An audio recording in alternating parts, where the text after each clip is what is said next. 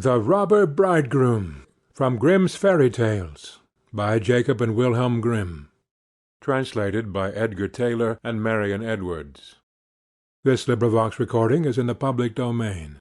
Read by Bob Neufeld. There once was a miller who had one beautiful daughter, and as she was grown up, he was anxious that she should be well married and provided for. He said to himself, "I will give her to the first suitable man who comes and asks for her hand."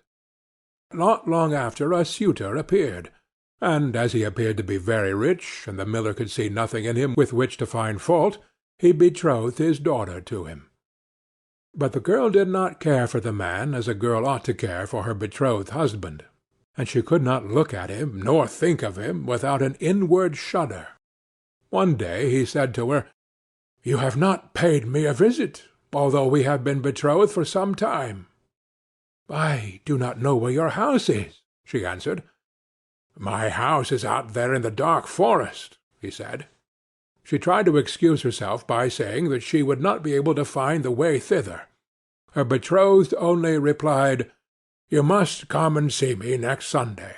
I have already invited guests for that day, and that you might not mistake the way, I will strew ashes along the path." When Sunday came, and it was time for the girl to start, a feeling of dread came over her which she could not explain, and that she might not be able to find her path again, she filled her pockets with peas and lentils to sprinkle on the ground as she went along. On reaching the entrance to the forest, she found the path strewed with ashes, and these she followed, throwing down some peas on either side of her at every step she took. She walked the whole day until she came to the deepest, darkest part of the forest. There she saw a lonely house, looking so grim and mysterious that it did not please her at all. She stepped inside, but not a soul was to be seen, and a great silence reigned throughout. Suddenly a voice cried, turn back, young maiden fair! Linger not in this murderer's lair." The girl looked up, and saw that the voice came from a bird hanging in a cage on the wall. Again it cried, turn back, young maiden fair! Linger not in this murderer's lair." The girl passed on, going from room to room of the house, but they were all empty, and still she saw no one. At last she came to the cellar, and there sat a very, very old woman, who could not keep her head from shaking. "Can you tell me," asked the girl, "if my betrothed husband lives here?" "Ah, you poor child," answered the old woman, "what a place for you to come to! This is a murderer's den. You think yourself a promised bride, and that your marriage will soon take place, but it is with death that you will keep your marriage feast. Look, do you see that large cauldron of water which I am obliged to keep on the fire? As soon as they have you in their power, they will kill you without mercy, and cook and eat you, for they are eaters of men. If I did not take pity on you and save you, you would be lost." Thereupon the old woman led her behind a large cask, which quite hid her from view. "Keep as still as a mouse," she said. "Do not move or speak, or it will be all over with you. To-night, when the robbers are all asleep, we will flee together. I have long been waiting for an opportunity to escape." The words were hardly out of her mouth when the godless crew returned, dragging another girl along with them. They were all drunk, and paid no heed to her cries and lamentations. They gave her wine to drink, 3 glasses full, one of white wine, one of red, and one of yellow, and with that her heart gave way, and she died.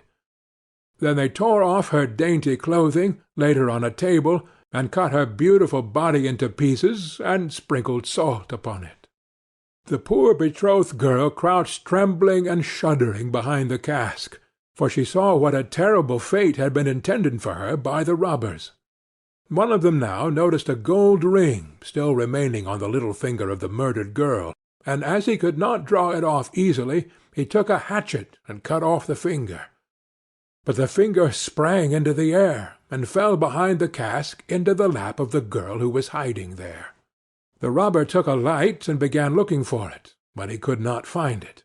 "Have you looked behind the large cask?" said one of the others. But the old woman called out, "Come and eat your suppers, and let the thing be till to-morrow. The finger won't run away."